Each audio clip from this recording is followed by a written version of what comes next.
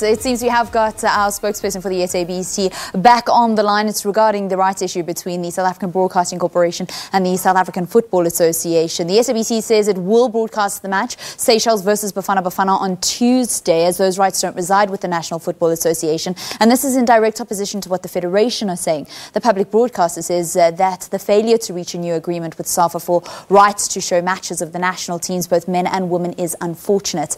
Momodu, our spokesperson, joins us on the line. Neo, can you just give us clarity? Will the match between South Africa and the Seychelles from the FNB Stadium be on air tomorrow? As we stand right now, there is, as SAFA indicated yesterday, they will not be giving us those matches. But we are hopeful that SAFA will come back to the negotiation table, enabling South Africans to actually see that match. Neo, in the statement by the SABC late last night, it said that those two matches, the South Africa versus Seychelles match, as well as the match against Nigeria at home in November, were actually due to the SABC as part of a prior agreement which was paid up.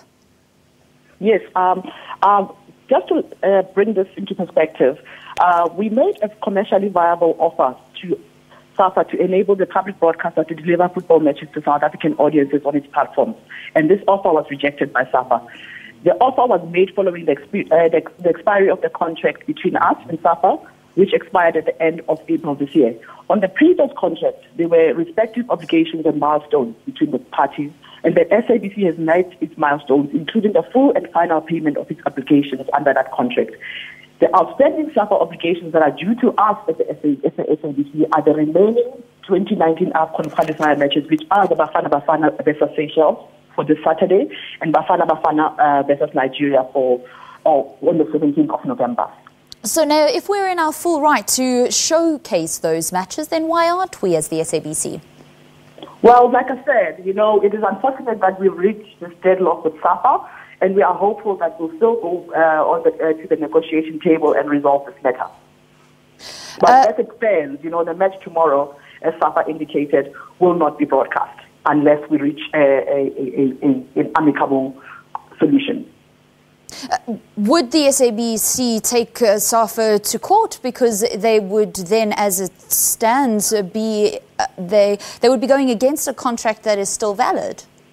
Well, Valen, let's not predict what's going to happen in the future. What we can say right now is that we are committed to bring matches to South African audiences in terms of the mandate that we hold with the SABC, and we will do what we can to negotiate with SAFA to bring these matches to the SABC. It's such an unfortunate situation that we find ourselves in. SAFA was scathing in their statement, saying, among other things, that the offer was so minuscule it amounted to a no offer, and that the apartheid-run SABC of old made a better offer to the association. How will this important relationship be mended? Well, I won't talk about the offer that was made by the apartheid government, but what I can say is that the SABC is a business, and first of all, we are committed to the South African public. We have to act responsibly as the public broadcaster, and we only enter into agreements that are commercially viable to us. If they make business sense, we go into them, and hence the negotiation with SAFA, we're saying that we'd like to further negotiate the new contract on fair terms. If the terms are not fair to the SABC, we cannot accept those kind of offers. SAFA noted that there were recent rights and agreements made by the SABC with the English Premier League as well as Cricket South Africa, and they said that these agreements were calculated towards engineering a financial downfall of SAFA. Is that the case?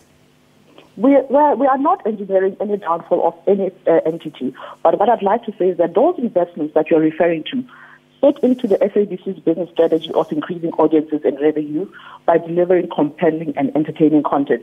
And, we will be able to show as the SABC in the next few weeks that the Premier League investment in particular has yielded the results that we are expecting, in the sense that audiences are growing, and, when audiences grow, you attract advertising. So we are confident that those were investments that were necessary given the financial situation of the SABC, and they are delivering on the mandates or on the business strategy of the SABC of increasing audiences and revenue. Well, Neo, certainly as football fans and as South Africans, we do hope that an agreement is reached because it's a crucial AFCON qualifier that South Africa are going to be involved in from the FNB Stadium tomorrow afternoon. So hopefully there can be some agreement. But just confirm to us the return leg on Tuesday, that is going to be on SABC television? Well, that game, SAFA does not have rights to that game, and we will broadcast it as the SABC.